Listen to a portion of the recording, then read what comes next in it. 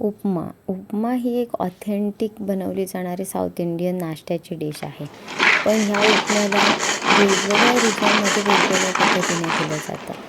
तसं तर south Indian उपमा या ओरिजिनल ऑथेंटिक रेसिपीमध्ये रवासुद्धा वेगळ्या पद्धतीचा वापरला जातो. तो थोडा जाडसर असतो. आता आपल्या इथे त्या सर्व गोष्टी अवेलेबल झाल्यात, पण उपमा म्हटलं ना की त्यामध्ये जेवढ्या मुलांच्या पोटात पटकन भाज्या घालवता येतील, आवडीने जातील, हाच प्रयत्न मोस्टली असतो. तसाच माझा काहीसा.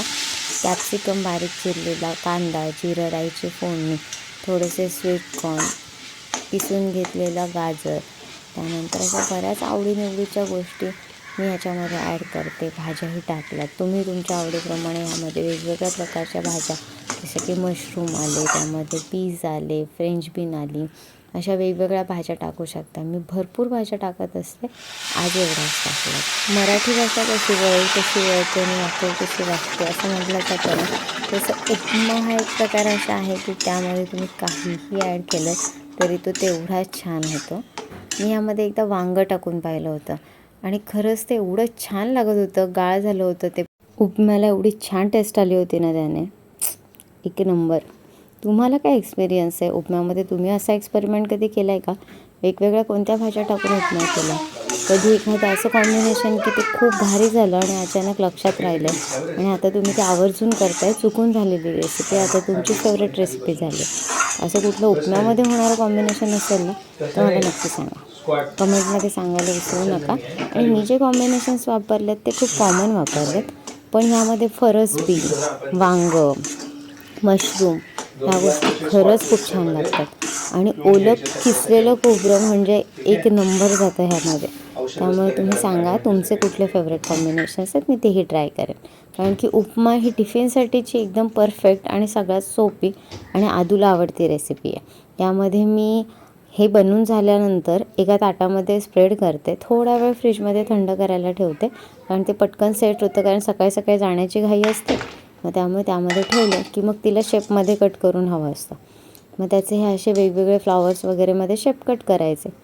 खूप छान आणि आवडीने टिफिन खाऊन येते. रादर तिला हे सगळं बघायलासुद्धा खूप आवडतं. थँक्यू. भेटूयात नेक्स्ट व्हिडिओमध्ये. Bye bye.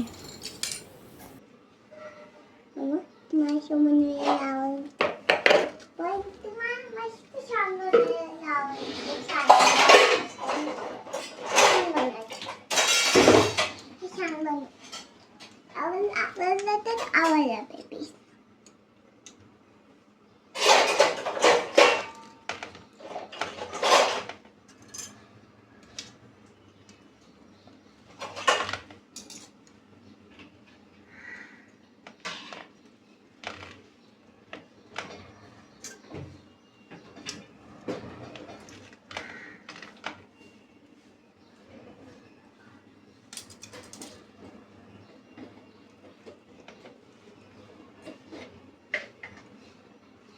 किती लावलेत ग तू?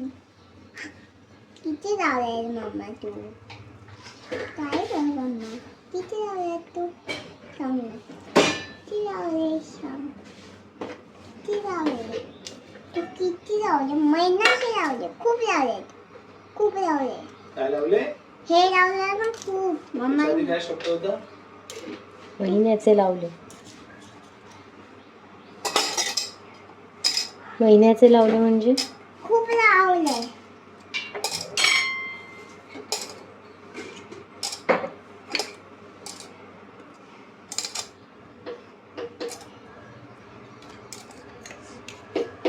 खूप मेहनतने लावलं. हो. किती दिवस लावले मी बोलली तू? किती दिवस लावले? मला माहिती नव्हतं किती दिवस लावले तू.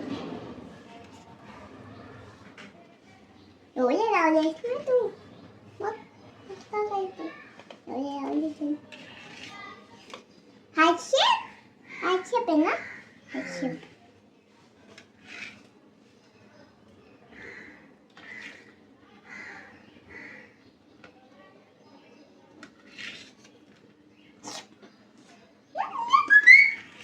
मम्मी अपा